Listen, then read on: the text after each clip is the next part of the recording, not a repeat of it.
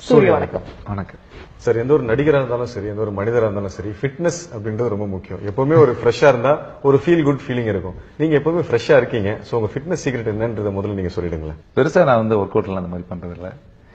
ஜெனரலா நடைபயிற்சி உடம்புக்கு நல்லதுன்னு சொல்லுவாங்க. ஓகே. சோ நல்ல ஆகாரத்தை சாப்பிடுறது, அப்புறம் முதல்ல அகத்தை கிளியரா வச்சுக்கிறது, மனசு கிளியரா வச்சுக்கிறது.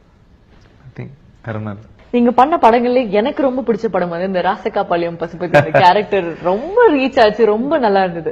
அந்த ஆக்சன், அந்த ஸ்டைல் நீங்க உங்களுக்கு ஜெனரலாவே தெரியுமா இல்ல அதுக்காக பிராக்டிஸ் பண்ணீங்களா? இல்ல ஆக்சுவலி நான் வந்து பேசிக்கலா கோயம்புத்தூர். இந்த கோயம்புத்தூர் கொங்கு தமிழ்னு சொல்லுவாங்க. இந்த கோவையில இருந்து பாத்தீங்கன்னா கிட்டத்தட்ட ஒரு 13 மாவட்டங்கள் இருக்கு. திண்டுக்கல் ஒட்டஞ்சத்திரம் வரைக்கும், ஈரோடு, கோபிச்செட்டிப்பாளையம், இந்த 13 மாவட்டங்கள் இருக்கிற எல்லா மக்களும் வந்து இந்த ஒரு கொங்கு தமிழ் அப்படிதான் பேசுவாங்க.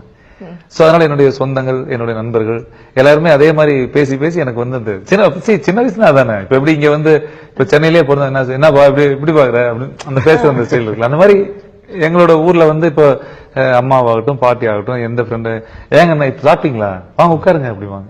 அந்த ஒரு அதனால எனக்கு அது ரொம்ப ஈஸியா இருந்தது இந்த படத்துல. நிஜமாவே நீங்க அவ்வளவு சாப்பிடுவீங்களா?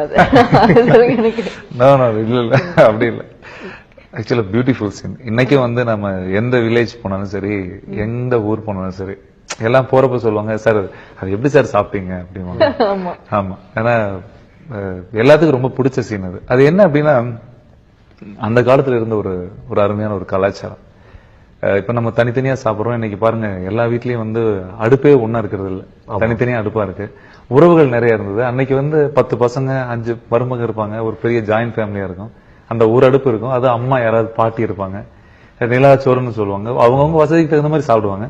பட் இருந்தாலும் ஒரு பெரிய குண்டாவில் வந்து குழம்புல கலக்கி அந்த கடைசி ஆளாளுக்கு ஒரு உருண்டை கொடுக்கறதுங்கிறது வந்து அந்த சுகமே தனிங்க. அது ஆக்சுவலி சார் நாங்க வந்து அதை சீனா வைக்கணுங்கிறது டைரக்டரோட ஒரு விஷயம்.